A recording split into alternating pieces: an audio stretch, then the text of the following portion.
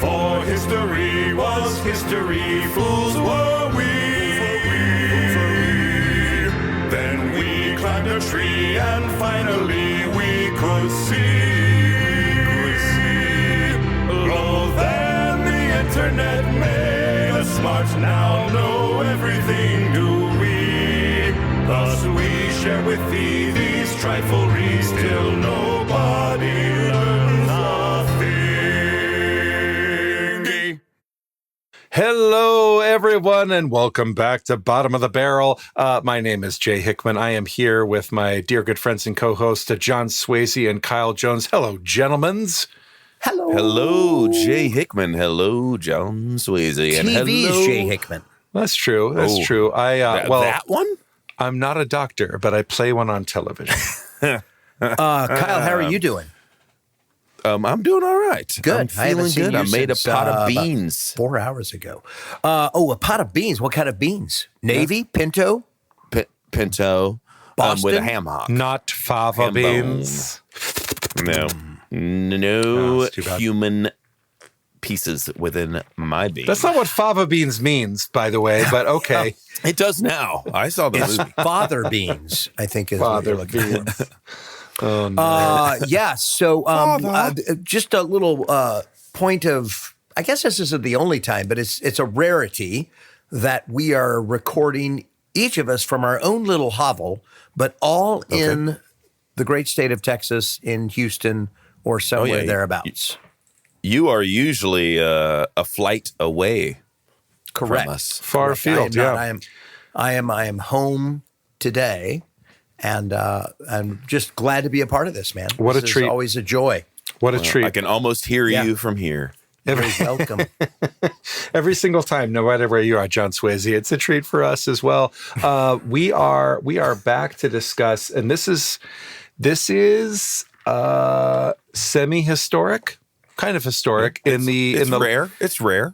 Well, let me explain, Kyle Jones. We are doing a part 3 of an episode, and we have done a part 3 before, but all of those part 3s for the topic strange traditions in our season 1 were all contiguous. Yeah. They all came 1 week after another week after another week. In this case, we have done a part 1 and a part 2 that have already been aired, and this part 3 will show up an episode or 2 after part 2. There just wasn't enough time. I believe the word is non-contiguous. Uncontiguous?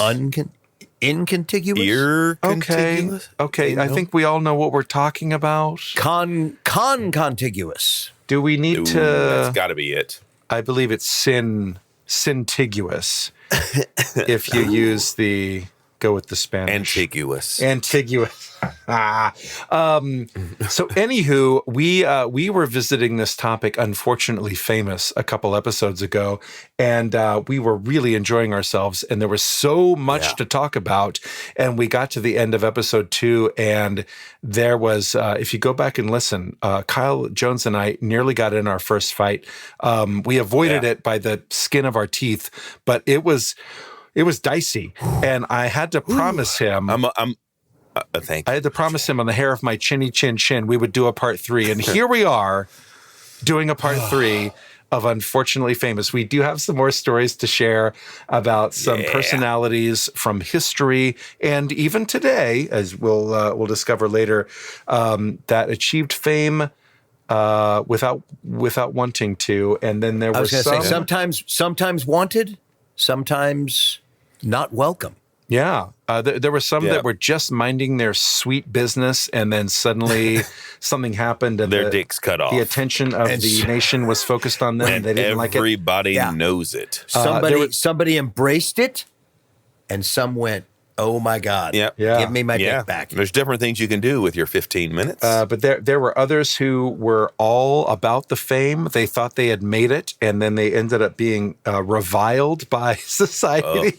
So that didn't work out. Yeah. They went from famous to infamous in the drop of a hat. There was a regret category. Some regret. And then there are some that will visit today that never quite liked the idea of fame, and they weren't chasing fame. And luckily for them, never got it. However, they're famous to us. I'll explain later. But It's kind of like winning the lotto. When you never win the lotto, you're like, man, I'm so lucky I never won the lotto. That brings nothing but trouble. I pity the people that win the lotto. So, hey, It's a mixed real quick bag. side note. I don't think that's most people's reaction to the idea. Who is the 15 Minutes of Fame author? Was that Andy Warhol? Andy Warhol? Okay. Yeah. Yeah. Okay. A renowned author in American literature. Yeah, you may know him from a can of soup. Yes. And white hair. Yeah, his super famous novels, White Hair and A Can of Soup. They're my favorite audiobooks. I don't. And Studio 54. That he did a painting. You know, he did the whole very famous painting of Campbell's Soup. He also did one of White Hair. It was just a white canvas. You couldn't even see it. Which one was a book and which one? Now I'm confused, John. Well, there may have been a book, but I know there was a painting about the cans of soup. Yeah, John opened this up with saying, like, who is the famous author who said 15 minutes of fame? We're like, well, it was Andy Warhol, although his medium wasn't words particularly. Except Campbell's Right. and soup. And fame. He wrote the words, he And 15 painted the word minutes of soup a lot. So I think we'll pick up where we left off at the end of part 2 of the episode, Unfortunately Famous. We were just about to talk about someone that Kyle Jones had learned about and was very eager to share with the world. And here is our opportunity to do so. You want a drum roll or anything? Okay. Or are you good? You can do that, John. Well, I don't have a drum, so I'll Okay, great. I Dave, wanted can to you skip just it put anyway. a drum roll in later? I was Thanks, being Dave. courteous. What a Please gem. don't, Dave. Just Or not. so in February of 2013, every one of us who was alive and around on the internet at that time was blessed with an interview of this young man named Kai. And Kai was a young, homeless, kind of drifter dude guy. And he tells Kai us the a driftless crazy guy. story. Where does the interview take place, Kyle Jones? He is Canadian. I think we're in New Jersey at this time. Okay. No, So no, Fresno. We're in Fresno, California. Oh, so way on the other side. He went. Yes, he's a Canadian. He was in New Jersey. Just crossed the Where did border he and start ended in up in Canada? Fresno. Yeah. You know how it goes. Well, he's a unless drifter, like I he said. started in He's- Toronto, he could have drifted all the way across and down. Or do you know where in Canada he came from? So you may remember this. No. You're already Just a digging way too Canadian-born. deep, John. Okay. Wow, this isn't I'll going to back- be paramount to the story. I'll back out of the tunnel. Sorry. Kyle has had 3 weeks to get ready for his big debut. Yeah. You can tell. John's helping a lot. So What school did he That's go what he to? does. Yeah. Anyway, if a go ahead. drifter Sorry. leaves Toronto at the same time as a train leaves Philadelphia, Who gets to Fresno first?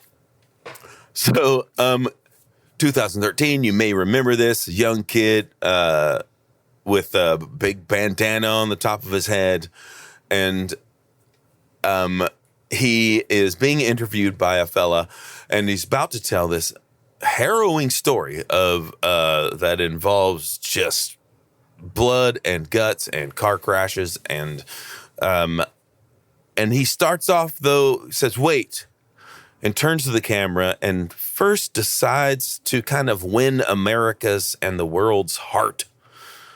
He turns to the camera and says, first of all, I just want to say, no matter what you've done, you deserve respect. Even if you make mistakes, you're lovable, and it doesn't matter your looks, skills, or age, or size, or anything, you're worthwhile. No one can ever take that away from you. Wow. And then he turns to the interviewer To say, and I have begins committed his tale. multiple murders. Remember, it does start off with, I just want to say, no matter what you've done. Yeah. Anyway, So, Kai, from a PR perspective, great move. Like, well done, Kai. Yeah. He And that was right to launches camera. Was that right to camera? Yes, Oh, yeah. absolutely. Man, And he's adorable. You just want to give him a hug. He just told you that you're worthwhile. you should be president. At any rate, his real name is Caleb Lawrence McGilvery, born in 1988 in somewhere in Canada, John. There's only 10 September 3rd. provinces where I mean, how you can narrow it down. I bet she's. I'm going to go with Nova Scotia. Yep, that's probably right. Check out www.internet.com, and I'm sure you can find the It's answer. all right there. Yeah. Sure. So Kai is hitchhiking in Fresno, California, and he winds up in the car of this giant 300-pound man. His name is, get this, Jet Simmons McBride, Sounds believable. which kind of fits 300-pounder. Jet with 2 T's. Yeah, when for you're that those big, you keeping need score. both T's. And I'm not a hitchhiker. I've never hitchhiked. I've never picked up a hitchhiker. That was, you were warned against that at my age. Yeah. Well, when you live by Being the born prison, in the like you do. 70s, right? That all the trouble were the 70s drifters and hitchhikers. Anyway, so the driver, this giant man, picks up a young Kai, probably 20 or so at the time, maybe a little less, and he starts just going straight into a story how he has raped a 14-year-old girl and that he's Jesus Christ. This is not opening material. Wait, so I'm really lighthearted. That's nice. Hey, thanks so wait, for picking me up. Yeah. Anyway, So here's could- what okay. I've been up to. What, so the trucker Kai- is sharing this? Yeah. The driver that has picked up Kai. Kai is immediately sharing this goes with into- Kai. That's good. That's okay. Yes. Oh wow. And Maybe you think So- that was like maybe just so he could like, I don't care what you've done. Here's what I've done. Like, don't even try to fuck with me because I'm trying to present this like I'm a badass. You know what I mean? Like the driver's everything's going to be okay, John. You just stay focused, and we're going to get there. okay. Listen, I don't advise picking up hitchhikers, but if you do, 2 bits of advice. Either have an ejector seat in the passenger seat or open with a terrible story about horrible Of crimes how- you've committed. Right. To, Right. Yeah. to scare your hitchhiker into not trying anything clever. Okay. Yes. Yeah. Yes. Maybe that's what he was doing. I doubt it, but yes. I don't know. Jet Simmons McBride seemed to really be. It seems like he was being honest with what he, with how he lives his life. Anyway, he says, "I'm Jesus Christ. I can do whatever I want." And And what I want to do like is drive this. a truck and pick up hitchhikers. Actually, he wants to turn to the next guy walking by and just drives this car into him and smashes him up against a wall. Do you know what kind of car he was driving? Sorry. I mean, I'm just curious. If maybe it says he was driving his '67 Pontiac Le Mans. I don't know, but we can give him a car. All right. But give him John. That's you. All right. What car you want? How 60 badly was the pedestrian injured? Like, this is kind of, the reason he's asking is, I need to know. did he what get kind a of bruise on damage the needs to shin, be or was sustained. he Right. instantly pulverized? Was it a Kia or was it a Anyway, I'll let you know later. 16-person what I think. van? Yeah. First off, Right. a guy weighing 300 bills cannot be driving a Kia around. I mean, it could So be I'm listening assuming to the left. I don't know. Go ahead. I'm sorry. I didn't mean to interrupt. I just Yeah, you maybe did. thought it. But that's I did. okay. That's what we You're do. right. So, he says, I'm Jesus Christ. I can do whatever I want. Yanks the wheel and smashes into just a pedestrian, pinning him against the wall. Now, this is tragic. Kai's freaking out, obviously.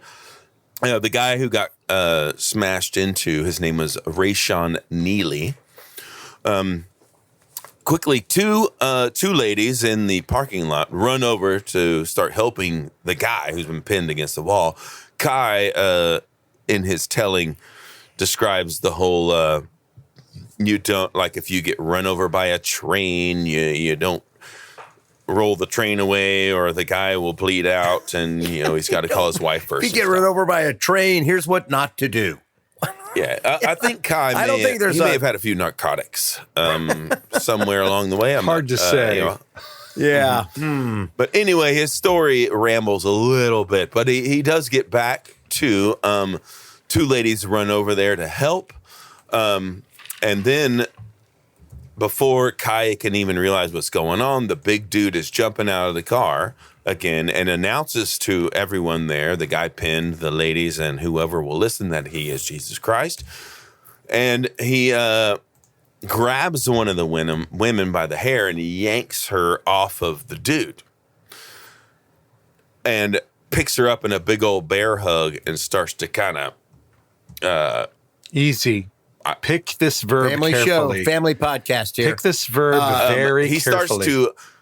He starts to frighten Kai with what he could do. He starts to frighten Kai? I think Kai would already have shit in his G-string by this point. So he says he could snap her in two, like a twig, I believe are his words, or a pencil. Snap her into like a pencil. Because a twig could be wet and bendable. So Kai does what any one of us would do. He grabs a hatchet out of his backpack and smash hatchets this guy's head in. Yes. Wow. Yes. Not only does the interviewer realize that, oh, wait, what? What just happened? Why did they think they were interviewing Kai?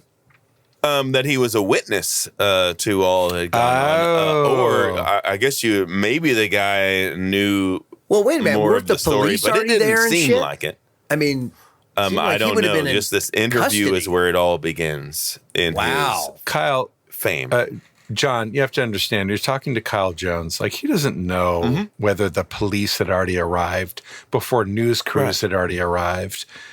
Well, I'm just saying that's pretty. That happens both ways, John. It does. You're right. No, you're absolutely right. The news crew could have been driving down looking for their favorite burrito stand, and they happened to just the news truck guys. Holy shit! Look what's going on over there. And they whip in. Yeah.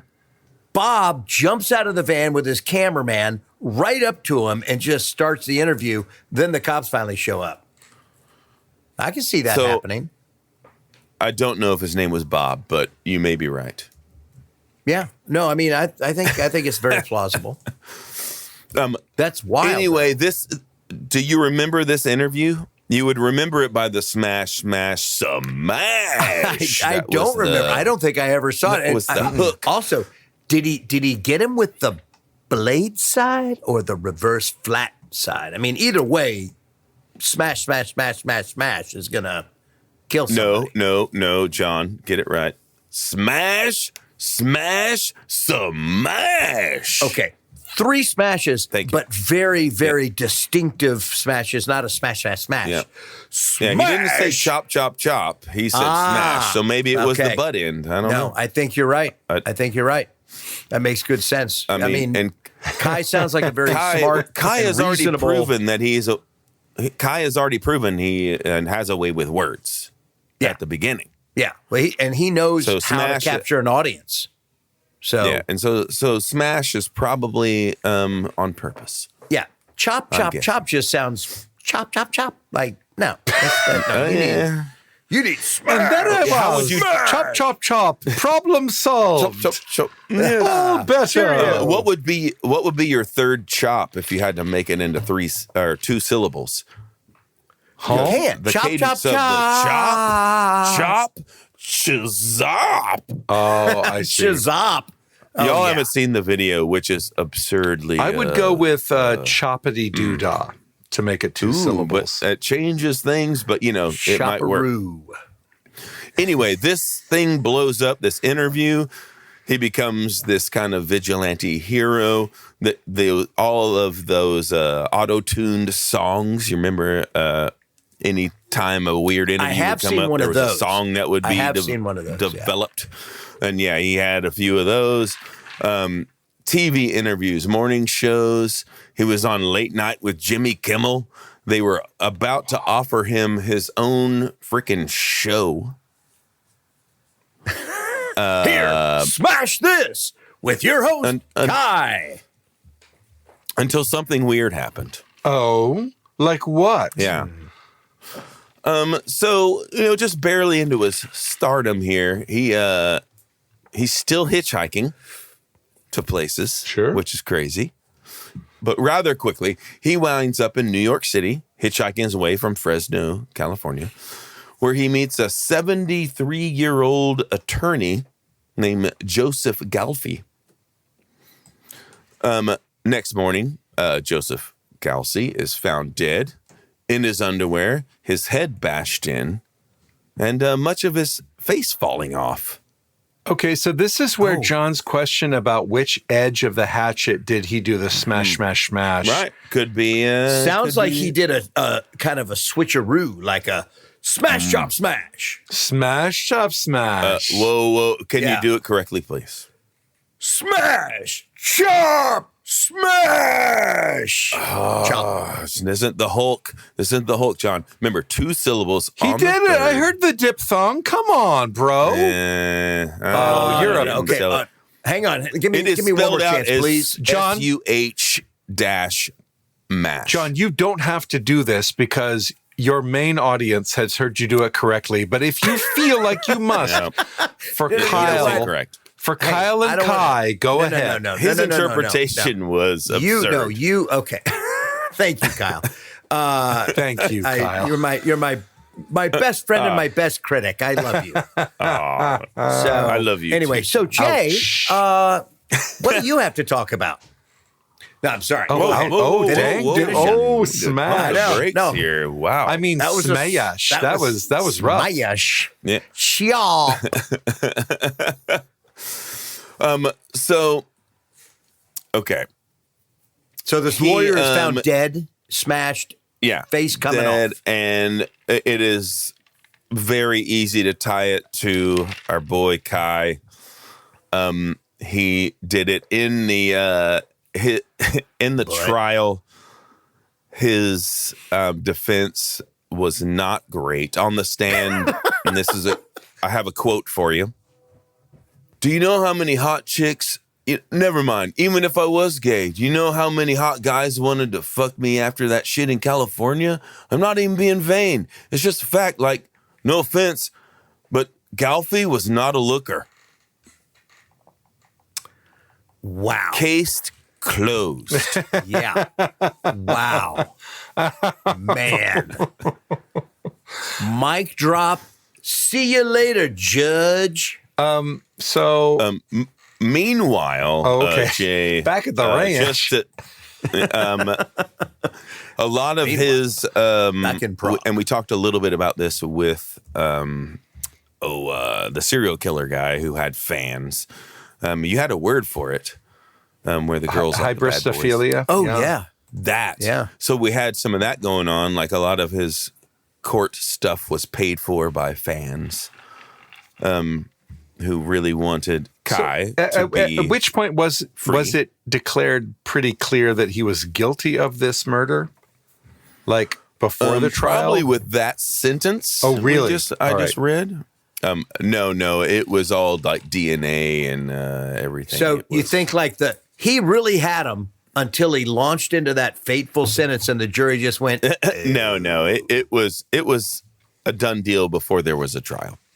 It was before he even stepped into the courtroom. It was a done deal. Yeah, it looks like he killed the guy exactly the same way he killed the first guy.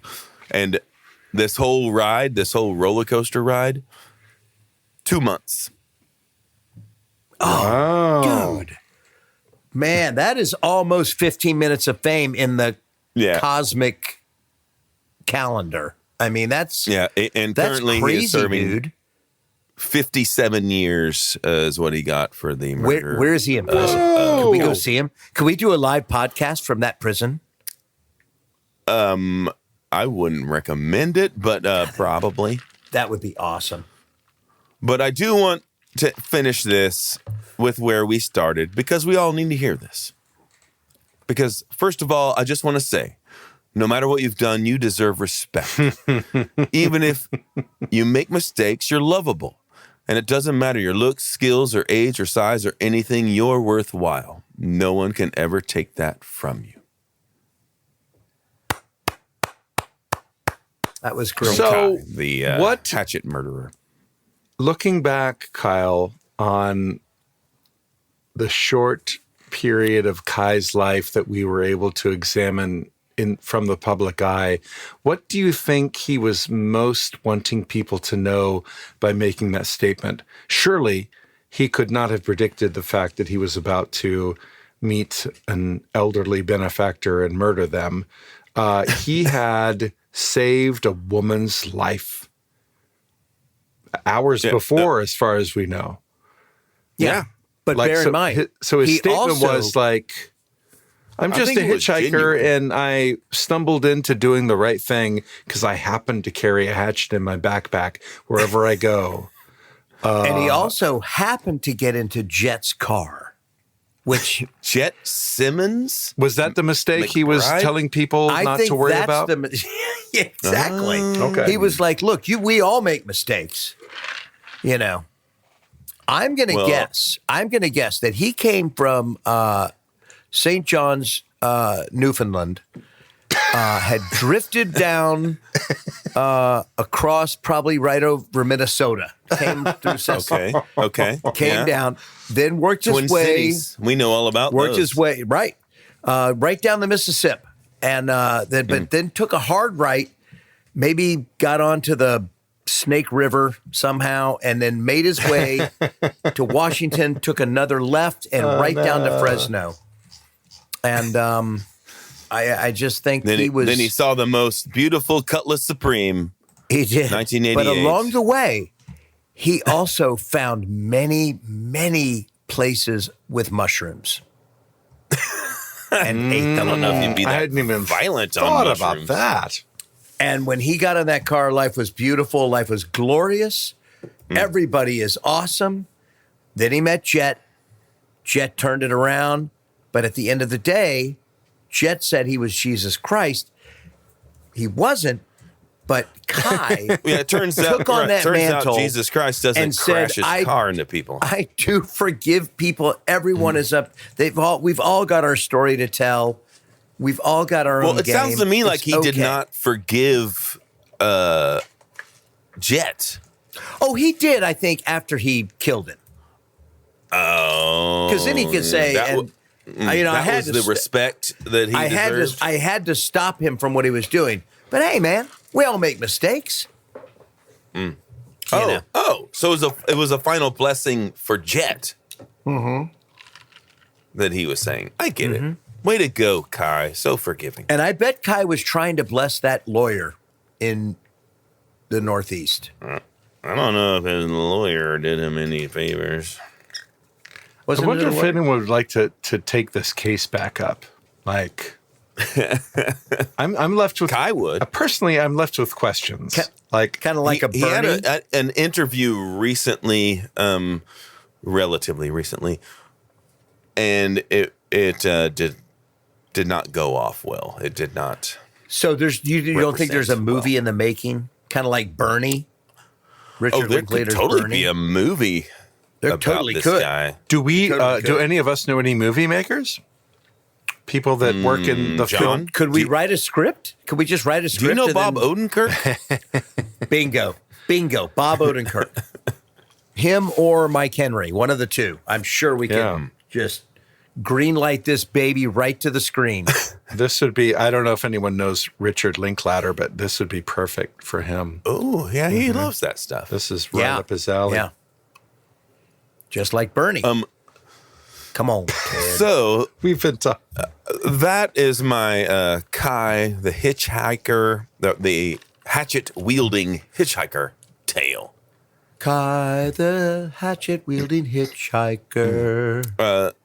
Yeah. I think that's worth. Jake, I did think you get that's on that? worth. We Did you can get on that work. song? We can work that up. I'm not ready right now, but the yes. movie. Oh, come on, Jay. Come on. Listen. I think we're onto it. I think that would be a great song to do.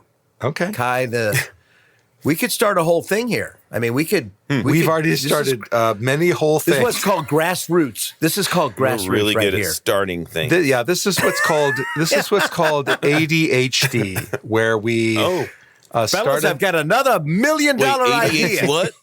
Here's what we're gonna do. This is called ADD. We're in the middle of an amazing idea, and we're like, "Ooh, squirrels! Oh, look at that bicycle! Oh, glitter!" Hey, Really good at that. It'd be funny. 1% inspiration part. So, anywho, we're talking about the unfortunately famous poor Kai. I would like to speak and next all three about. of us. I would like to speak next about someone whose name starts with a K-A. Not me. Woo! I thought I was in trouble. You had a K. I think all of us are. Cow. Some people say that. No one says that. Cow. Kyle. I'm from Texas. Plenty of people say that. Jay. A lot of people pronounce your name K-A-H-L. Kyle. Kinda. Cow. I don't believe. I don't. Cow. I don't believe you. know. I don't know if you should go in there, Kyle. Now we're getting specific. Please tell me that story. Yeah. Where was it Does you it weren't involve- supposed to go?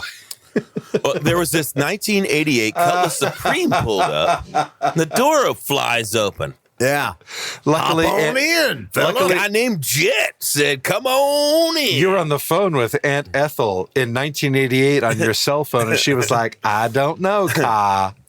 All right. So this next person whose name starts with a K-A is one of two examples I have of people that did not want fame, got it anyway, but luckily didn't know it. Isn't that nice for them, I guess? So they got fame. Okay. Yep. I like But this. never realized they got it. So how do we know they got it if he didn't or she didn't know? Because They never knew. Because the first person is named Franz Kafka. Have you heard of Kafka? Sure. That's my favorite kind of Metamorphosis. like shish kebab, the kind of ground up. That's Metamorphosis, right? Metamorphosis. The butterfly? Yeah. Butterfly? Sure. Kafka, the author. Kafka, Oh, wait. No, I was thinking of the vodka. There's a Kafka vodka. And there's also, and it's related to Metamorphosis. You said the Metamorphosis guy, right? I'm talking about vodka, of course, and Metamorphosis at the same time, of course. Would you like to clarify your story, sir? I was trying to make a little humor. The skewer. You've come to the wrong place for that. Why would you even think to try that Certainly here? did. What is the matter with you? It's a problem here. Franz Kafka, the famed author of Metamorphosis and The Trial and The Castle, was born in Prague in 1883. That's in Arkansas, right? Yes, Prague, Arkansas. Prague, Arkansas. He spoke fluent writer? German and no other languages there in Prague, Arkansas. And from an early age, felt like writing was the thing for him. But it took a long time to get there. What else are you going to do in Prague, Arkansas? Right? You're certainly not reading. Hey, Can we back up? Can we just back up just for a second? You saw how hard it was for me to get started with John in the room. I mean, this is after a 20-minute warm-up. Look at me. Yeah. Wow. So everyone knows Kafka. Odds are extremely good. You had to read something of his in high school or college. For me, it was certainly Metamorphosis, which tells the story of a salesman, I Gregor thought you were going to say, Samsa. for me, it was certainly middle school. Can we start again? For me, it was Metamorphosis, which tells the story of salesman Gregor Samsa, who wakes up to find himself inexplicably transformed into a huge insect and struggles to adjust to his condition, as does his family. This was only a novella, about 70 pages long, but it is the longest of the stories that Kafka considered complete and actually published during his lifetime. The key here is that there were very few of his works that were published during his lifetime, but after his death, he became a literary darling, and his work has since widely influenced artists, philosophers, composers, filmmakers, literary historians, religious scholars, and cultural theorists. The term Kafkaesque has been around for a long time. I'm sure you've heard it. Yeah. What does that mean? It describes works. It describes works that were inspired by him, that are fantastic, like where realism meets fantasy. It has some. What are some movies? So, like, if I said, if you're Kafkaesque? bugging me, you're not Kafka in me or anything. That's, you know, like he was a bug. Yeah. I've got. I think. Do you have a hatchet? I think I have a great example. I think, Use it. I think for a fact, each of us has worked on an anime in the past year that explores the Kafkaesque. Like, if there's not already an anime entitled "I Was a Salesman but woke up one morning as a giant cockroach and my family had to deal with it." The anime. Yeah, the anime. Yeah. Like, I'm actually directing that right now. yeah, I figured. Metamorphosis is That dude's dead, by the way. Whoever woke up as a cockroach and his family dealt with it. It's that a very dude's dead. short film. 'Cause, 'Cause yeah, his- my wife his would just wife have steps on stomped him. on me and Yeah. then left the shoe for me to clean it up. a 6-foot cockroach. Like he was his full size as a cockroach. Oh, Don't you think she might be like, I wonder what's going on? And you'd be all like with all 6 arms going, whoa, whoa, whoa, whoa, whoa. Maybe she would stop and listen and wait for you to grab some. She wore boots. That's different. Never mind. Yeah. I would Story explain over. that I'm a cockroach and I'm only here for water and kind of little morsels, but I'm going back Newspaper. out to the trees where I actually live. Yeah. I And don't you think remember. she'd buy that story? No. I read Metamorphosis in high school some years ago, so I don't remember how it ends. But anyway, yes, Oh. the idea is very isekai. Like, I went a to bed as a can of salesman. Raid. I went to bed as a salesman and woke up as a cockroach, and now I have this weird, Why crazy hasn't life. that been made into a movie? That is very Yeah. isekai. If that specific anime, and I'll repeat the title, I was a salesman, but woke up one morning as a giant cockroach and my family had to deal with it. If it hasn't been made yet, do we know anyone who could work on this, gentlemen? I know a guy yes. in anime. We Kyle and I, well, all three of us work at an anime studio as actors, but Kyle and I directed one. Yeah, I think we're going to get on that Yeah. because I think, and we'll You've got get a on week. that. You've got 1 week before this goes public. Let's get to work, boys. Let's get to work. Hey, Yep. yeah, okay. Another $1 million idea. There's our 1%. Put it in the hopper, Moving fellas. on. So Kafka did not want to be famous. Certainly not with this podcast. He was, hey, why are you? Hey, That wasn't his hey, choice. Why didn't you bring learned- this up in the first 2 parts of Unfortunately Famous? Like, why are we talking about fame? No one's going to hear this. This will be lost to time. No. Remember, it doesn't matter what you do. It's okay. We're okay. No That's matter not what he we said, do. but okay. I can That's what reread Kai it said. if you like. That's not quite No, what he never said. mind. I want to hear That is more not- about Kafka. I would be glad to share. So he was trained. He was trained as a lawyer. While in law school, he met a fellow named Max Brod, B-R-O-D, Broad. That It's sounds an fake to important me. name. Remember that name, Max Brod. Max Broad. Okay. Max Broad. Max became a close friend for life. After getting his degree, Kafka was employed full-time in various legal and insurance jobs. He wasn't happy there. He felt that his true calling was as a writer. He usually got off work at about 2 p.m., however, so that gave him time to spend on his literary pursuits. This is all in Prague. All in Prague, Texas. in the very late 1800s And what was the or job early he didn't 1900s. like? What's that? Oh, okay. What was the job he didn't like? Being a lawyer. doing? He was working for. Oh. He was working. He got off at 2? What? He got off at 2 as a lawyer? 2 o'clock. Wow. He worked.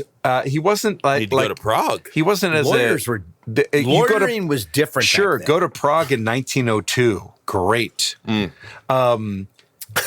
But like he worked. Enjoy the dysentery.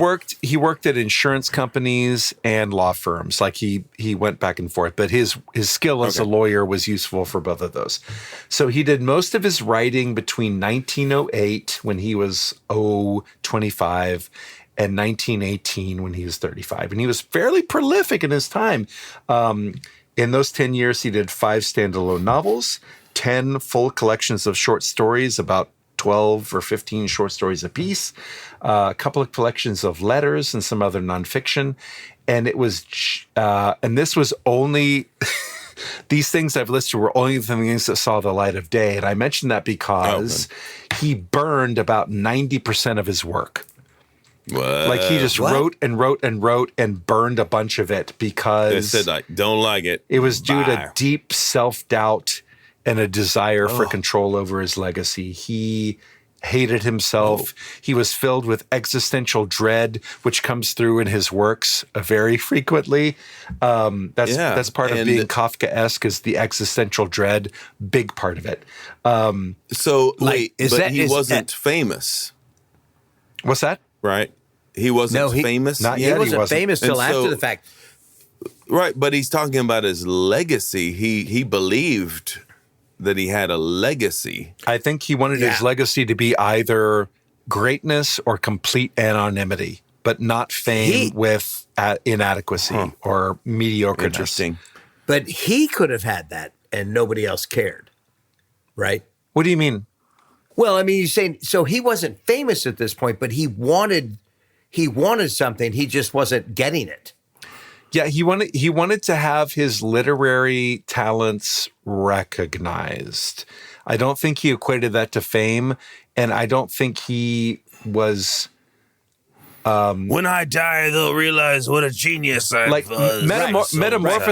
Metamorphosis at 70 pages long was the longest piece of work that was published in his lifetime. It was one of the only things he thought was complete and ready to publish, and he sent it off to publish, and they're like, oh, hell yeah, and they published it. Okay. But he had 2 full novels that were, 400 pages long, that he was like, no. Right, but what I'm saying is, but he wanted to be, not necessarily famous, but he wanted to be more of the respect of his peers. Like, I just want to be known as the guy that was a great writer. Okay. You know, it's like in music, there are a lot of musicians like that. Like you've got your Willie Nelson and your Waylon Jennings, who were great songwriters, but kind of hit it big in the commercial world, versus people like Billy Joe Shaver or Ray Wylie Hubbard that had some success, but they weren't quite as big. But in that world, they're revered as like, oh, dude, Billy Joe Shaver is an amazing songwriter. Right. He was one of the best that we ever had.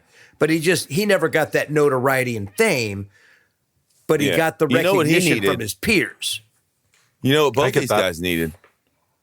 They needed Kai. They'd tell him that it doesn't matter your looks, skills, or age, or size, or anything. You're worthwhile. That's right. That's right, man. Yeah. So I get it. So that's what Kafka wanted, though. Some acknowledgement that he was doing the right thing and that his art was worthwhile from people that would recognize good art. Not to get too deep or anything, but because I can't. But too late. Isn't that what podcast do you think we're on? Yeah, isn't that something we all desire, though? Shallow of the barrel. Well, as we have been discussing, John Swayze, I think there are a lot of people that desire fame without really knowing what it results in. Right. But do you think the balance of, do you think more people want the fame or more people want to be, I just want to be known as a good guy? I don't know. This is a great question that maybe we can delve into. Say that again, please.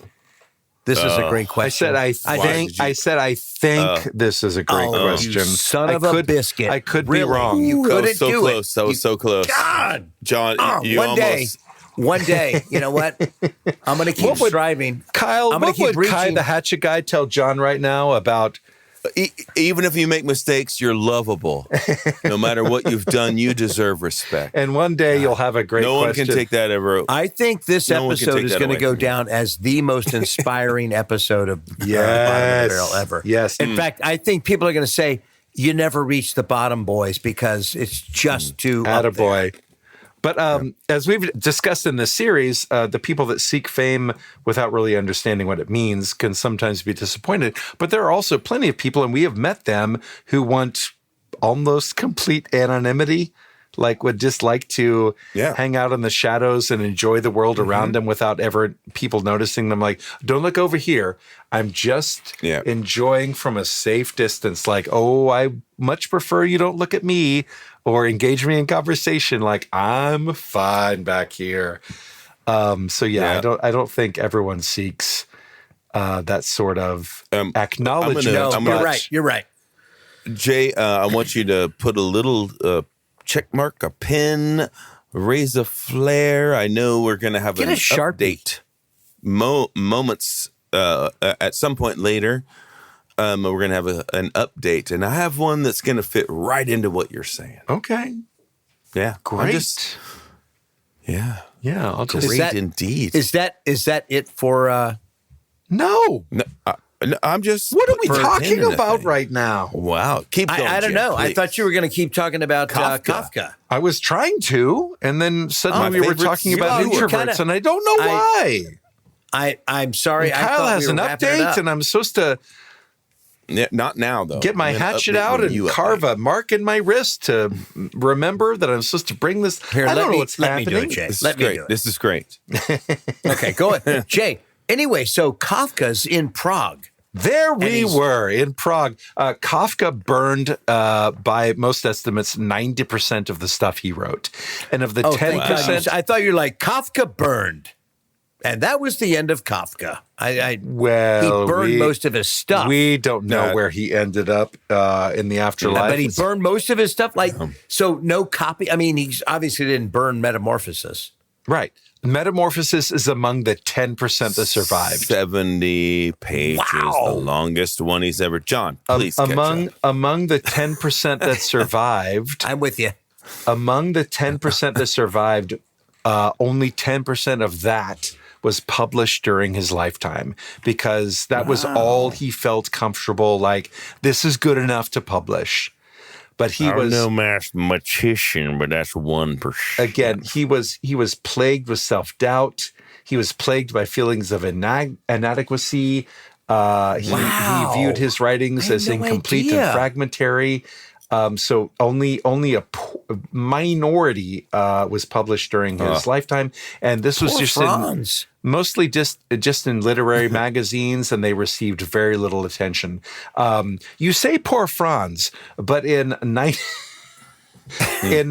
I don't mean to laugh. This is did. not funny. This is not funny. Yeah. it's a man's life. His This is life a man's life. In who never felt worthy. Yeah. But he was greatly, greatly worthy, but he didn't know it. But he definitely did not want fame. Like, he wanted, because he thought if the eyes of fame turned toward him, it would see so many imperfections and flaws, and he would be embarrassed and his family would be shamed.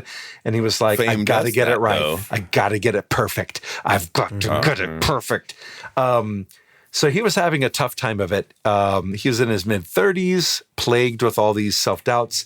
And then in 1917, at age 34, he's diagnosed with laryngeal tuberculosis, Thank Oh God. my God. which at the time... How can you have, the larynx and the Lungs? Okay. I'm following it. Yeah, there's... It's It's all that's a connected, big area. Kyle. That's terrible. It's a big Hey, let me sing respiratory a song for you. The larynx screwed. connected to the... lung bone. Oh, that's bad The news. lungs. That's bad news. It's bad Yeah. news. At the time, there was zero treatment for this. Right. They would And stick a so... dwarf in your stomach or whatever. So 1 year later, Move to Arizona. he was you need a good bleeding. 1 year later, he was put on disability from his job at the old insurance company or whatever. And 6 years later, But couldn't collect the insurance money. 6 years later, at the age of 40, he died of tuberculosis. That's a young age, even for the early 1900s.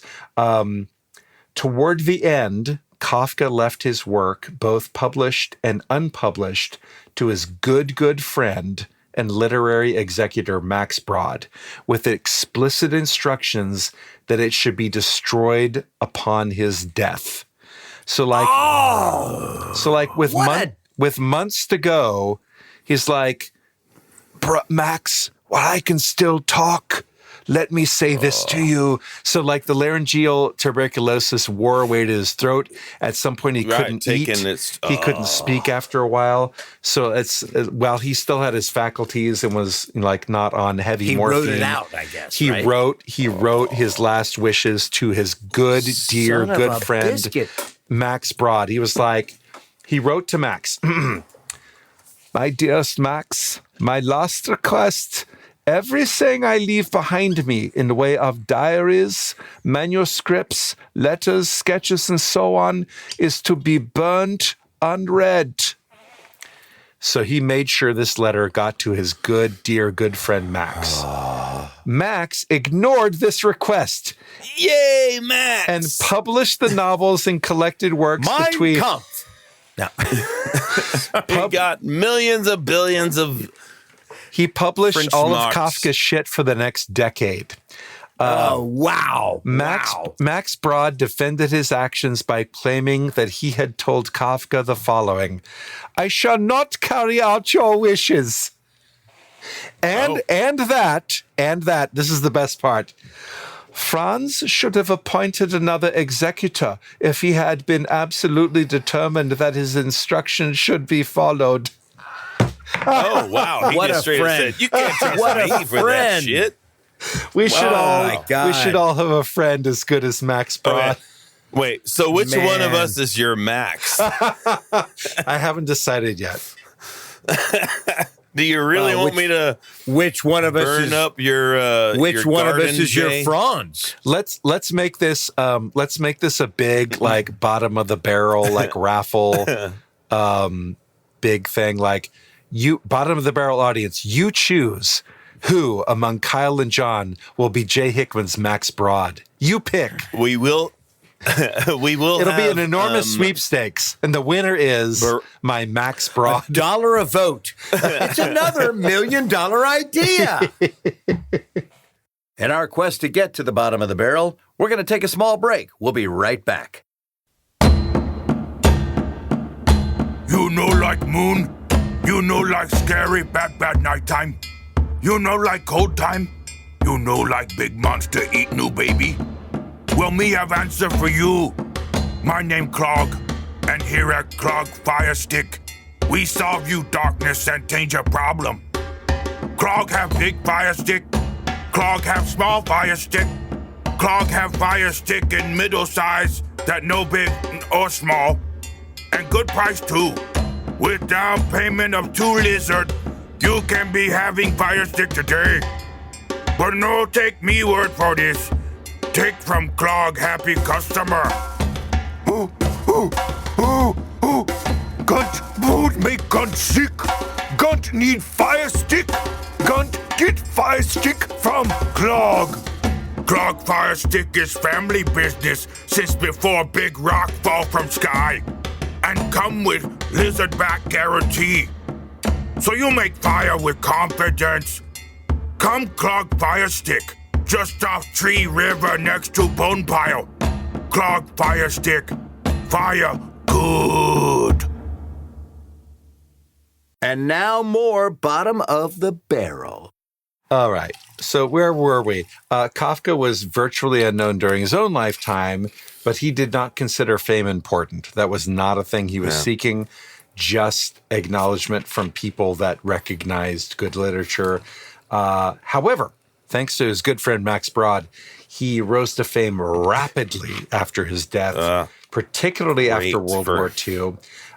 Great for Broad. And the thing that makes this interesting about the Unfortunately Famous is Like, this is a curious case of feeling the misfortune of fame from beyond the grave.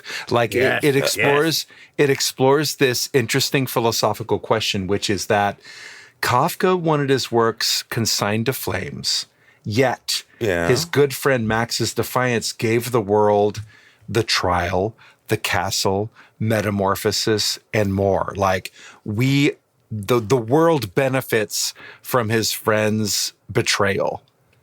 Yeah. And there is something to be said about how Kafka himself, he didn't want the fame, and he was really able to skirt it for the most part and get the respect. He just didn't get to feel the respect part. Because it was fleeting for sure. Like he may have gotten in dribs and drabs, and he might have been on the cusp of it, and then suddenly tuberculosis at age 35. Like, what the hell? Yeah, maybe he would have loved fame.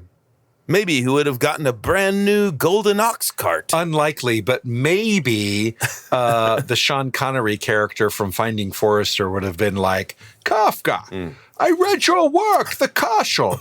Excellent, my friend. Please come over for tea and we can discuss themes and plots and things. Like, that would have been his nirvana, right? You're the author now, dog. The other thing about fame is that there's a difference. I mean, we talked about this earlier, but the difference between fame and being respected by your peers. But if he would have had the respect of his peers from the get-go, if somebody would have read something and went, oh my God, another brilliant piece. Yeah. Instead of him just going, metamorphosis, that's it. I'm done. That was my opus day. I'm done. Right. He might have 70 perfect pages. But I mean, that's so we know this today. This is the case today. That is so hard to do without releasing it to the wild. Like, if I'm an author, and sometimes I am in very short form, and I would love for people to know like how wonderful my short form writing is, I have to release it on socials and to the general public to hope that I can catch the attention of people feels that weird. Like fellow authors.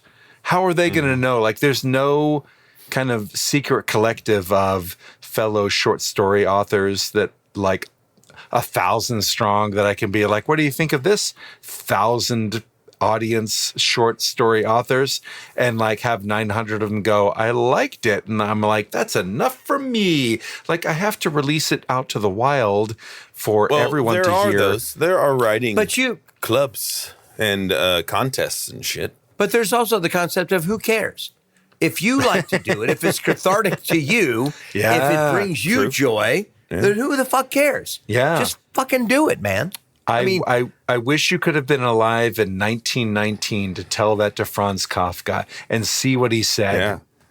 Like, because he was, this is a person like apparently just plagued with deep self-resentment and like, I'm not good enough and I never will be. And he's just just churning out this brilliance, just like pearls and pearls, and he's like, this is horrible, and you're like, what the fuck is wrong with you, son? Like, it should be played. That person would not listen to your good judgment, John Swayze. I feel our movie that we're building right now, he's going to be John Lovitz. Good. That's a great analogy. I hate it. That's a great analogy. Terrible. I'm leaving. So the final word on Kafka is, this is what happened with him and his good friend Max Brod, and the betrayal of a good friend is bear with me, a haunting conflict between a writer's private despair and literature's public need remains one of the most provocative debates about legacy, betrayal, and the price of artistic immortality. Woo! Like, heavy words, and they ring so true, right? Because Jay, yes. Quick note: who's the painter that chopped off his ear? Yeah, Van Gogh. I was just thinking about that. Yeah, Van Gogh posthumously sold famous. One painting in his lifetime. Yeah. Yeah. He wasn't Died famous poor. until after he died.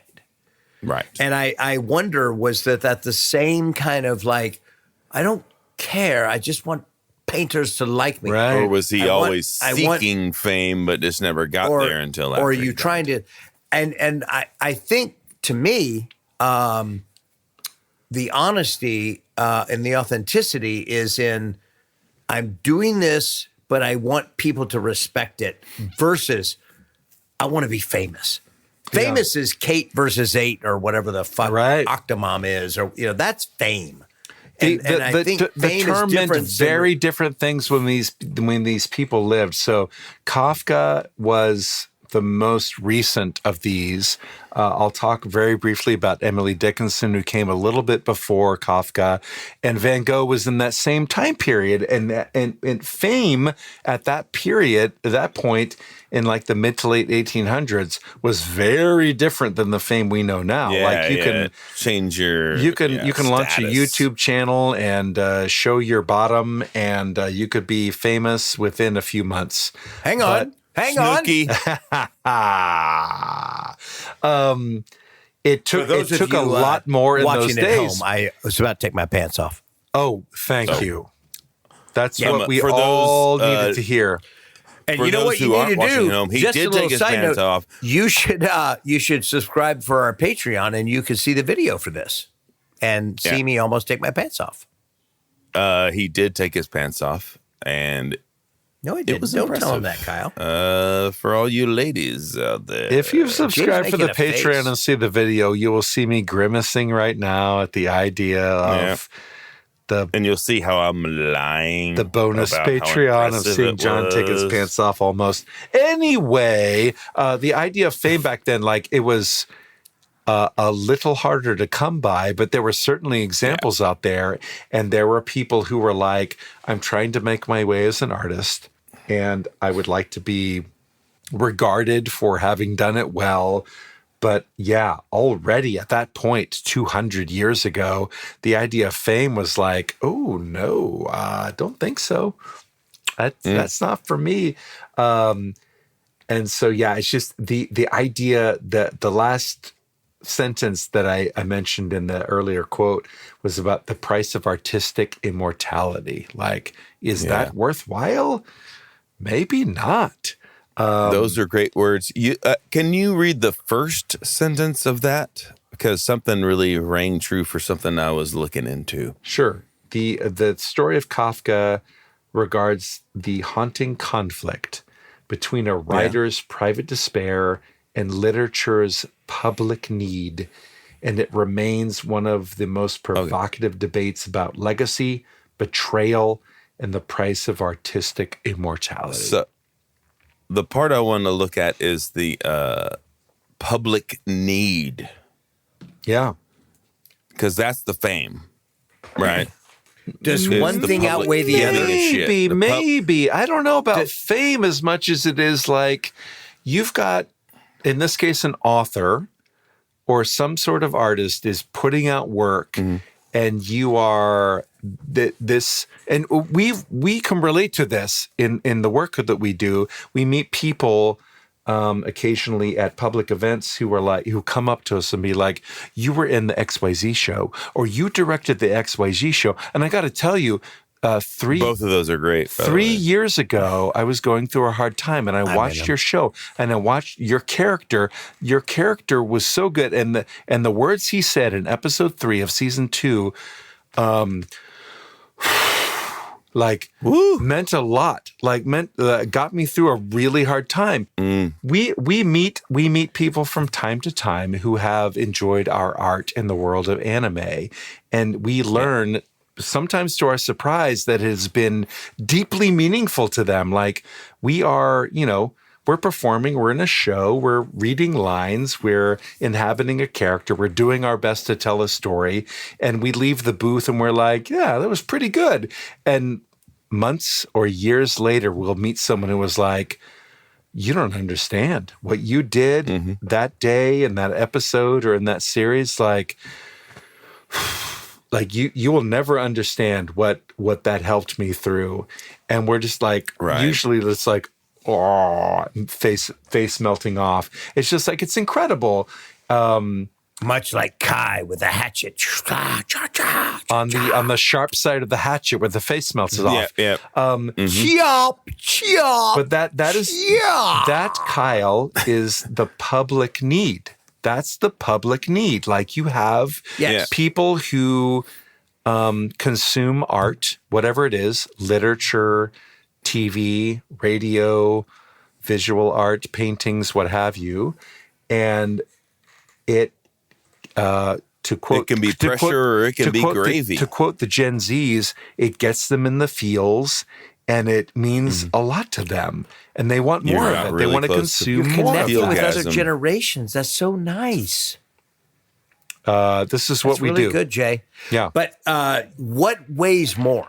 What has the most weight? The public's need for the consumption and I need this? Yeah. Or is it the artist going, I just do this for me? Yeah, I Or want is it privacy. the artist, Leave me alone. Leave me alone. Yeah. I don't care what I do. I'm just going to do this. Like Barfly. You seen the movie Barfly? We've discussed it before. Absolutely. It starred it's Jeff like Goldblum. Bukowski, Charles Bukowski. And, he's just writing this stuff. Like, he doesn't give a shit. He's just writing it. Sorry. Writing and drinking. Yeah. And somebody else is like, we need to let the public see this.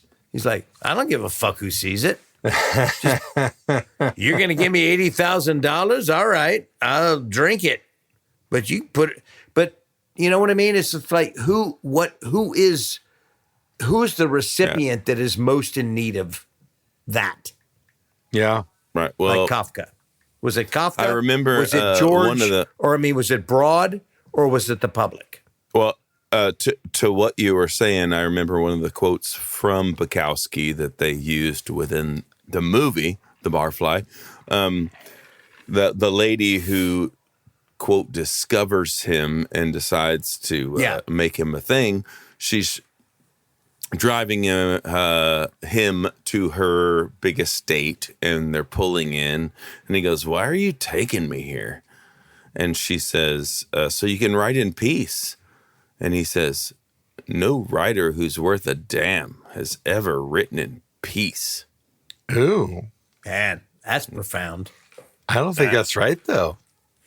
It's probably not right, but it's his truth. That's what he's writing. Kafka, based on what I've written, only wanted, like, he could not get enough peace. Like, let me friggin' write. Leave me alone. No, that's actually what Kyle's saying. He's like, leave me alone. I want to write in peace, but he couldn't. He was always writing in some sort of turmoil or some sort of and that's what made it great, I guess. Yeah, he needed the conflict to write. But anyway, whenever you mentioned the... It's like, let me do this podcast in peace, for God's sakes. Yeah, let's get rid of the other two guys and let me talk. If we get rid of these three guys, we might really have a podcast. Nice. Jay's making notes, and that scares me. What's going on? No, there, that's Jay? great. No, I love is good. it This is Jay good for makes all of us. So I want to move on to a. Don't worry. You're going to sleep. Just sleep, John. Just sleep down. It'll be fine. So we were talking about Kafka, but there's a similar story found with Emily Dickinson, who comes a little earlier in the literary timeline. She's a famed poet.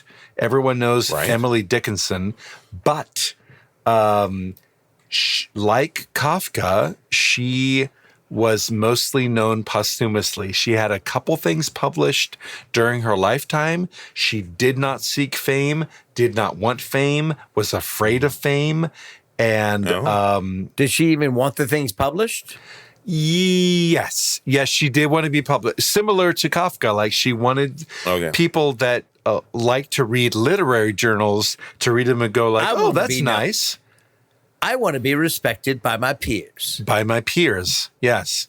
But it did not want... But I don't want to have to face anyone and defend myself. Right. I mean, I don't know. I don't know that it existed back then. Like, it's so interesting to look at in today's framework. Like, is there like doing what we do, what all three of us do, is there a sense in which like we'd like to be respected by our peers without being famous? Like, what would that look like for us? I don't think there's a version of that doing what we do. Like, I agree that. I agree with that. We are respected by our peers and, quote, No, famous. wait. Let's. Well, no. Like, we are known by people that aren't our peers. I can explain it. Check this out. I don't respect John. We'll see. No, Kyle is out. I think we are respected by our peers, and we respect our peers. Yes. But I think we're all respected, but there are different levels of We're fame in our all business. respected. New York Telephone. Actually, First of all, just want to say, no matter what you've done, together. you deserve respect. Even if you make mistakes, you're lovable. And it doesn't matter thank your you, looks, Kyle. skills, or age, Kyle. or anything. Kyle. You're worthwhile. And your beard is awesome. What I'm going to say is, I think that we're all respected, but we all have different levels of fame. We all have different levels of.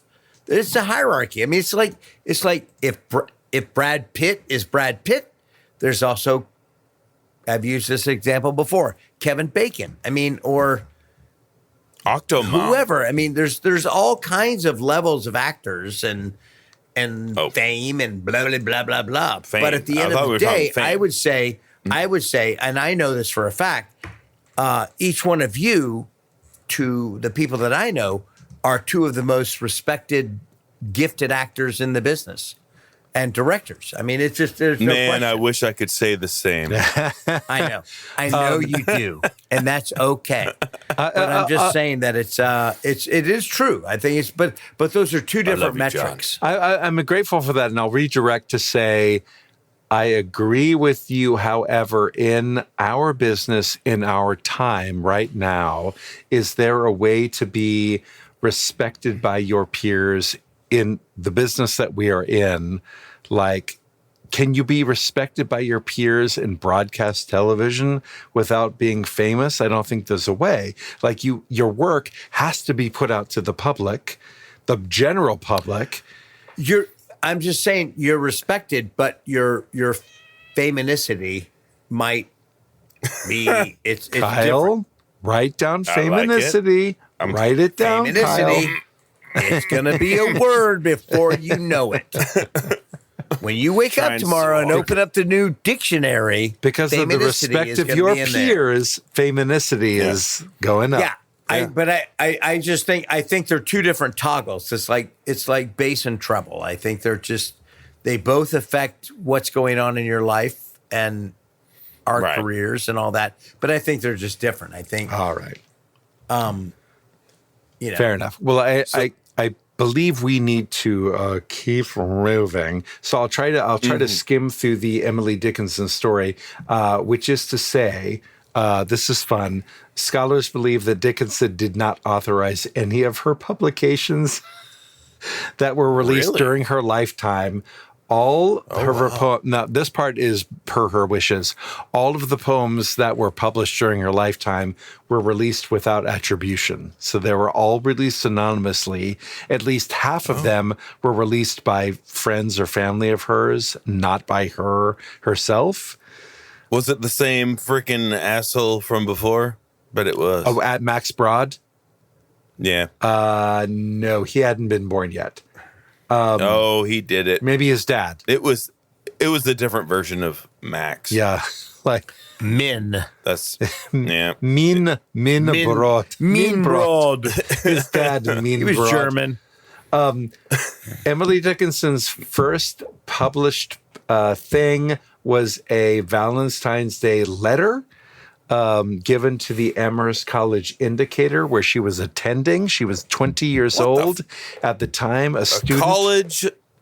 What? A college newspaper? Please continue. Yeah. Yeah.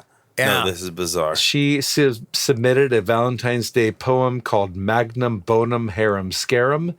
That was her first published thing. In the late 1850s, maybe when she was roughly 28 years old, her family who was quote prominent. This is like the Prominent. YouTubers of the day. They're just like putting out poems. 20 years old, you're putting out a poem called Harem Scarum Booty and Bottom. their college newspaper, like it's not hard. Like they'll publish it. Yeah, And an I'm expensive I'm just saying you're like just fuck you. I'm gonna do this thing. You're just gonna put it out there. I mean, good for her. Yeah, Yeah, that's good. it's good.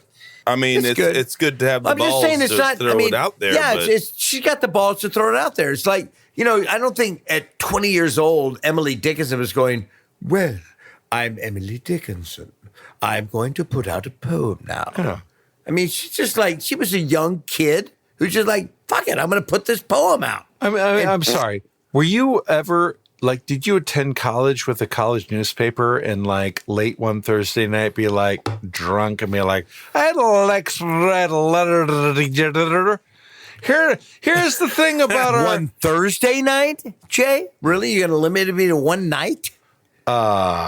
Every night. I put a every letter night. to There the you go. newspaper. Like when you're at college and there's a college newspaper and they're When I like, got home driving the drunk mobile so everyone could get home safely, I would get on my and you're drunk typewriter yourself. and I would type out a letter on the old Victrola. the old dictogram. While The old driving the Instagram. bus. And I would submit it through the mail slot the next morning at 6 a.m. Yes, while sir. still drunk. I hope And so. by God, they posted it. Yeah. So that's kind of what this I can't was. say She didn't Yeah. need to have a lot of daring do within her to be like, this is my college newspaper. Like, what harm could come? And she didn't even put her name to it. They friggin' loved it. Right. So 8 years later, That's crazy. If before you move on, can I just say me and some friends had a comic in the Daily Texan. Yeah. in our college Same thing. newspaper. Same thing. Yeah. yeah. No. Thanks for sharing, Kyle. Yeah. I don't know Nobody why Jay cares, had to lean you back know. in his chair In like fact, that, but the only copies I have left were because we went in saying, "Hey, we've been doing comics for the last few years. Can we? We just want to look for some copies of things because we didn't do anything. We gave you our originals, and they were all in the trash. Like we had to go pick them out." And that was only the most recent versions. And so we pulled them out of the trash, took some photos, and moved on. great story. Amazing. Anyway, So Wrap up Emily Dickinson. I'm so close. In the late 1850s, when Emily Dickinson had graduated from college, was now 28 years old or so, her prominent Massachusetts family had befriended Samuel Bowles, the editor-in-chief of the Springfield Republican. They became good friends. Massachusetts? What? Massachusetts? Yeah. Springfield, Yeah. Massachusetts. You may have Love heard of that Springfield. town from popular Where show. Dr. Seuss is from. And it's Anyway, go on. It is theorized, but not proven, that the Simpsons live in Springfield, Massachusetts. Maybe. And Could not be Springfield, Illinois. Missouri. Right. That's a big maybe, but a very Springfield, promising Texas. maybe. So the Dickinsons and the Bowleses became good friends. Emily Dickinson sent this editor-in-chief 36 letters over the course of 3 years. And he published her shit. He published the crap out of it. 36. Yeah. Isn't that enough? Over 3 All right. years. That's a dozen I'm sorry. a year. 36 letters and nearly 50 poems. Oh, Wow. dear God. Wow. Yeah, I meant is to tell you that part. Wore him down is what he did. So Or what she did. He from 1858 to 1861, he published a ton of it in his Springfield Republican Journal. The series was called The Master Letters. Oh. But Emily was not Named as the author. as- All anonymous. Oh, wow. They kept it anonymous. They were known as being sent in by a person called the Master. Dude, Wow. that is the same thing as posting a video to YouTube every whatever. That's exactly what it is. It would be if you gave me some diatribe in your underwear every day, or at least 20, twice a we've month. talked about this. I do that already. I don't know what do you mean if I did that? I would have to take the gumption to remove the picture of you in your underwear and just publish the masterpiece you orated in your drunken underweared stupor. Okay. And then all of a sudden it takes off. And then you're not John Swayze, you're just underwear guy. Yeah. I hear you. Or you are the master. Okay. So shortly after that, Emily found her way to the Atlantic Monthly, which is a current publication, The Atlantic, that survives today. A literary critic named Thomas Wentworth Higginson wrote a letter in 1862 called Letter to a Young Contributor, in which he urged young authors to send in their stuff. Like, don't be afraid. Send in your stuff. And Emily Dickinson responded anonymously by writing just a banger of a letter to Mr. Higginson, which he was like, holy shit. And they published a bunch of her stuff. Mr. Higginson, language, please.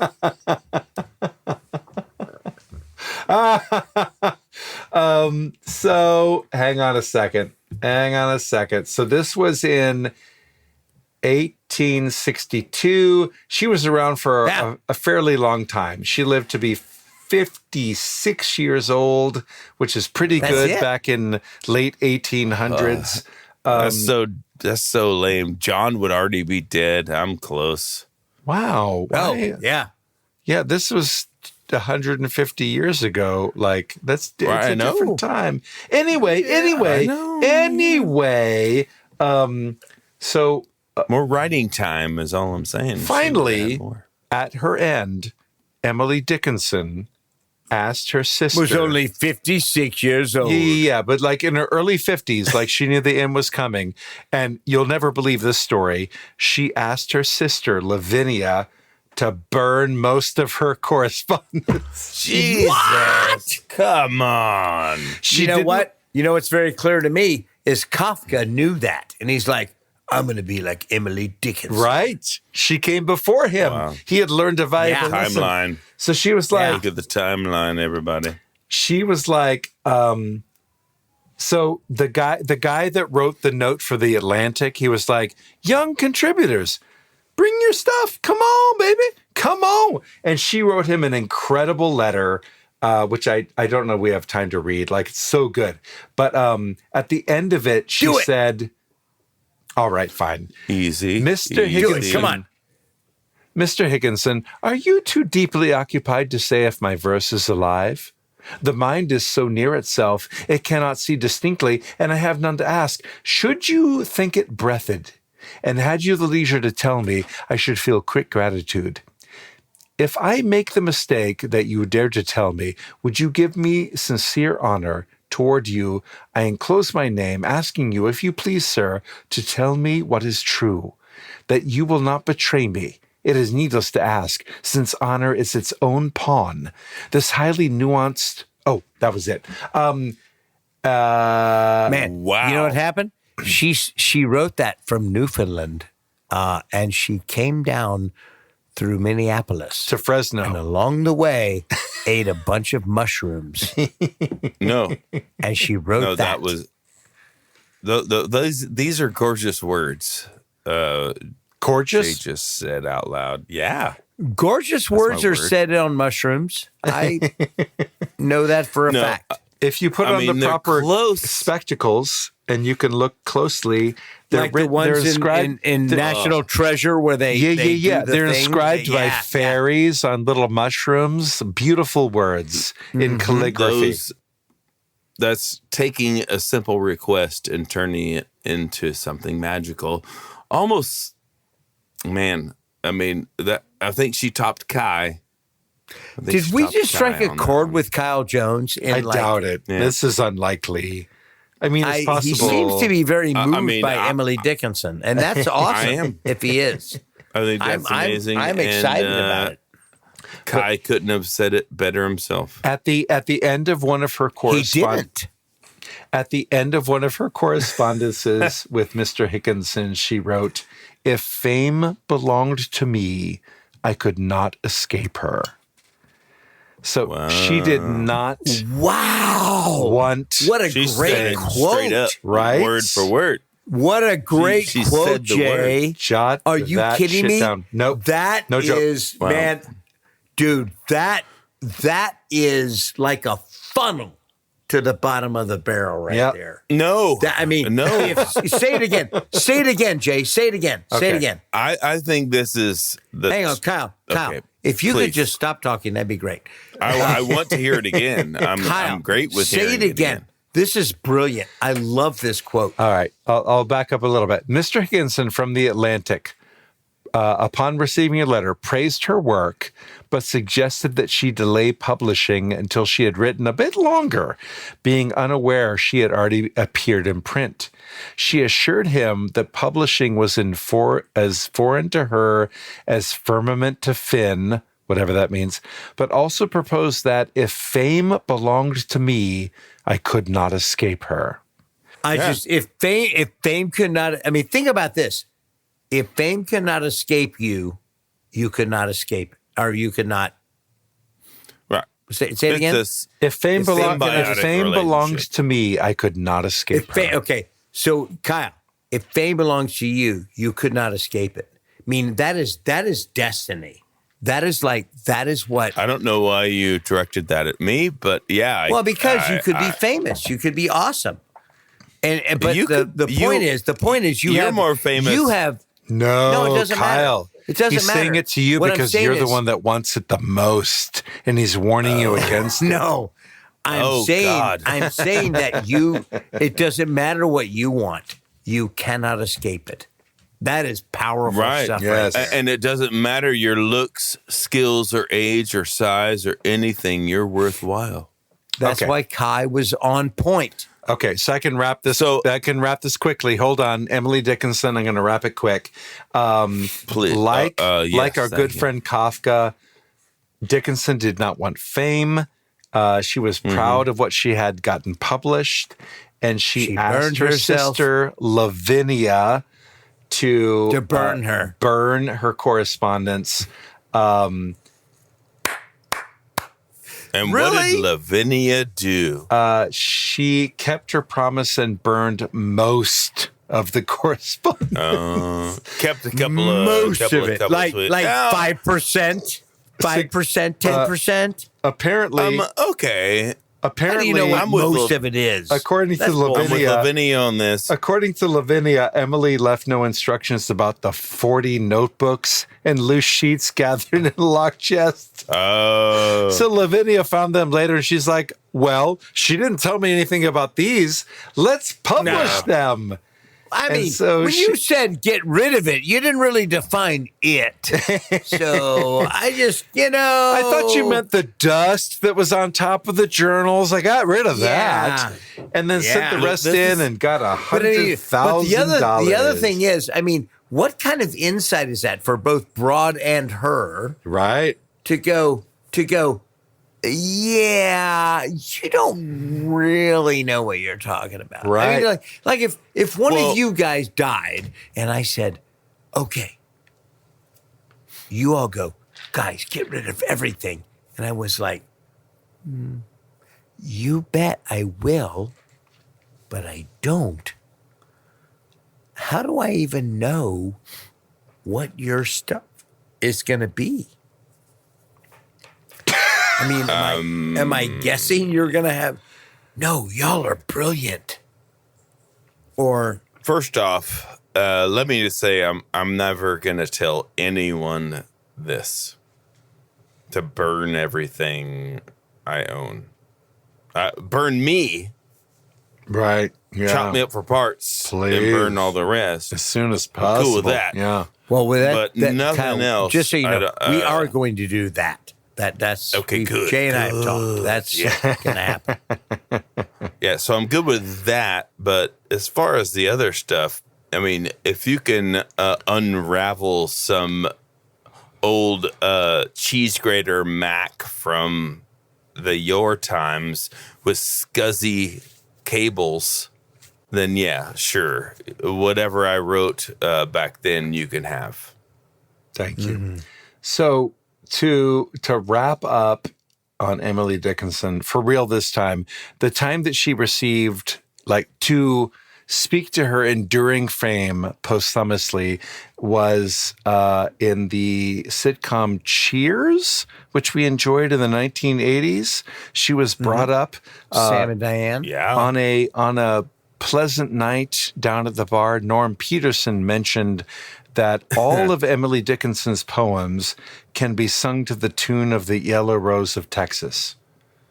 She was brought that up real? 120 Tell me years later. you've tested this theory. I did. Tell me, Jay. Of course I did. And what is the result? You don't hear a What is thing. the result? He wouldn't bring this up if he wasn't gonna He tell was. us.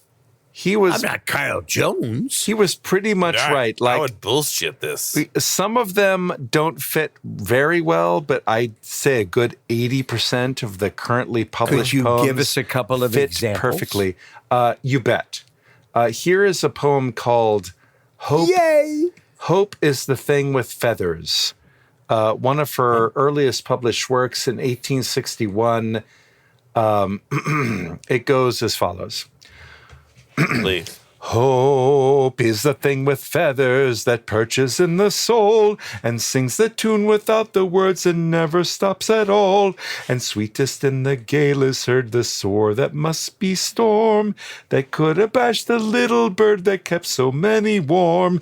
I've heard it in the chillest land and on the strangest sea, and never in extremity it asked a crumb of a me.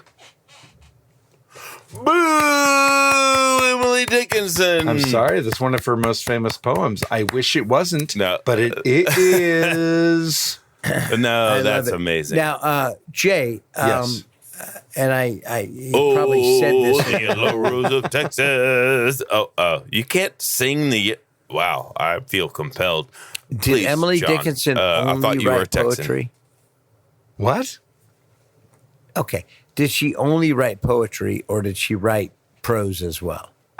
She did not. Or letters. She wrote some personal letters, and those were published with great. But what she's famous for is the poetry. Yes. Okay. But yeah, she never lined up with a musician to be like, She never. I'll tooted? be a lyricist. Were you about to say she never tooted? No. Oh God, no. No, she She tooted. would explode. People need All day, every guys. day, like This is whatever's needed. a yeah. public service announcement for all of you youngsters out there. It's okay to burp and fart. Hold it all What in. would Kai say about burping and farting? That no matter your skills, looks, or age or size or anything, you're worthwhile. And then it'll hatchet you up. Here's one more, a very famous Emily Dickinson poem called "Heart, We Will Forget Him." Is this going to be your song? Yeah.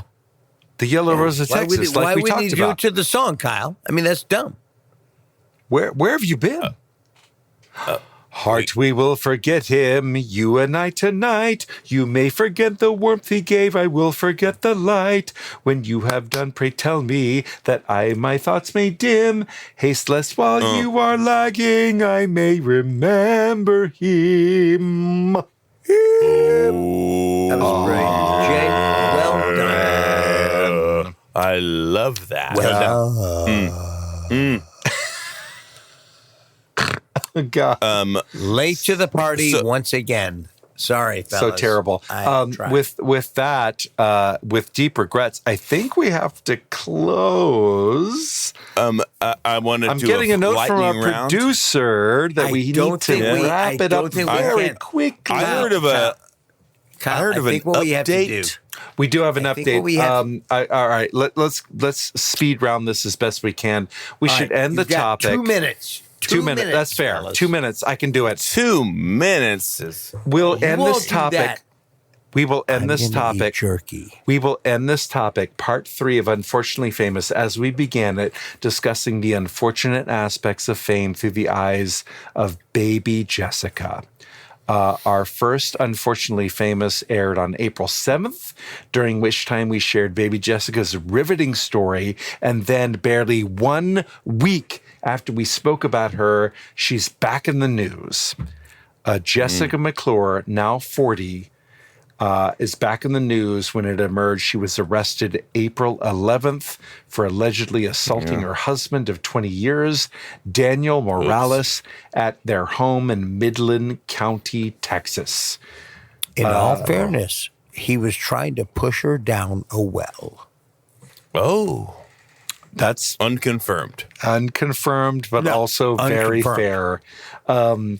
The Midland County Sheriff's Office took Morales into custody after responding to a call at her residence around 10 p.m. April 11th. She was charged with causing bodily injury, type unknown, involving family violence, type unknown, and was later released from the detention center after posting bond. Further details Type have unknown. yet to be released. How's her toe? Type unknown. How's her toe? Toe? Oh, it's gone. Any Toad's reports? gone, baby. Yeah, still Toad's gone. missing. Still Maybe that's missing. the problem. Shit. So there have I been was hoping people that would happen. since her rescue in 1987, nearly 40 years ago.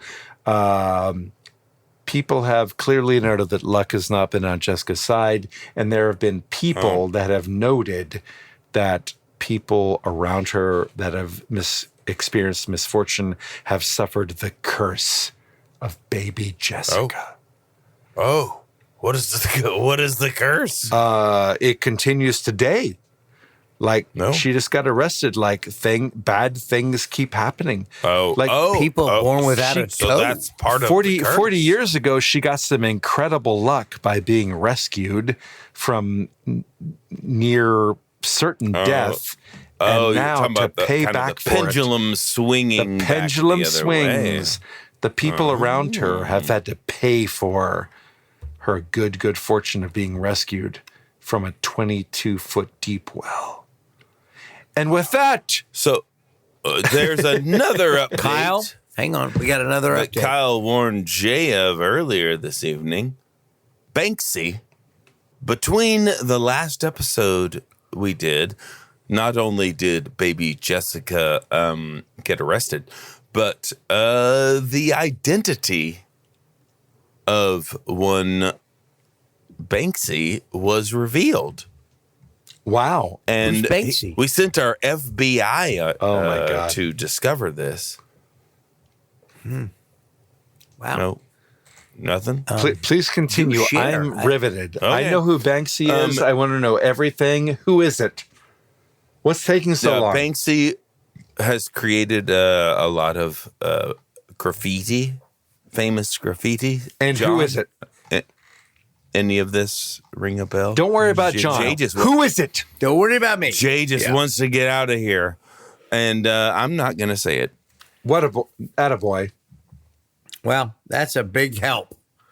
Yep. There are actually two names to read, but, we're just going to let old Banksy be Banksy. Great. Thanks, Kyle. What a great update. With that, we have reached the bottom of the barrel. David thank you. Jones. Thank you, folks. My cousin, David Jones. Sneak it in. Can I leave us with his words? I mean, we Please all do. need Fair Please do, enough. Kyle. That's Right? fair. Please That's a do. good. That's Right. a I good think deal it's right only there. fitting. Everybody, John, Jay, listener at home, I just want to say, no matter what you've done, you deserve respect. And if you make Takes. Dave, here we go. What about mistakes? You can make mistakes. Is that a problem? That's true. What if you It's make true. mistakes? Who cares? And We in all fact, could have been in it's- bed 30 minutes ago. In fact, as Kai the hatchet wielding hitchhiker once said, I just want to say, no matter what you've done, you deserve respect. Even if you make mistakes, you're lovable. And it doesn't matter your looks, skill, or age, or size, or anything. You're worthwhile.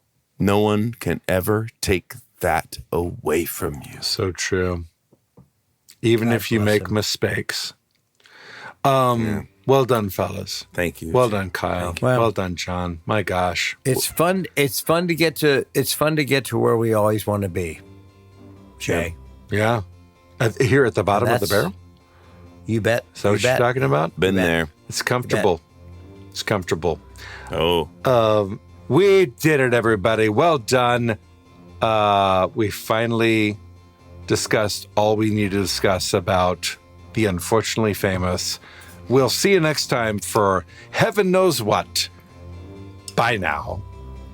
Well, we did it. We finally hit bottom. I knew we would. Thanks, everybody. If you'd like to learn more about this finely distilled product, visit bottomofthebarrelpodcast.com, where you can find our previous episodes, merch, and even some Patreon options. If you want to tell us how smart we are or how stupid we are, or if you have a topic you want us to dive into, hit us up on our socials. Bottom of the Barrel Podcast is on Instagram, X, and YouTube.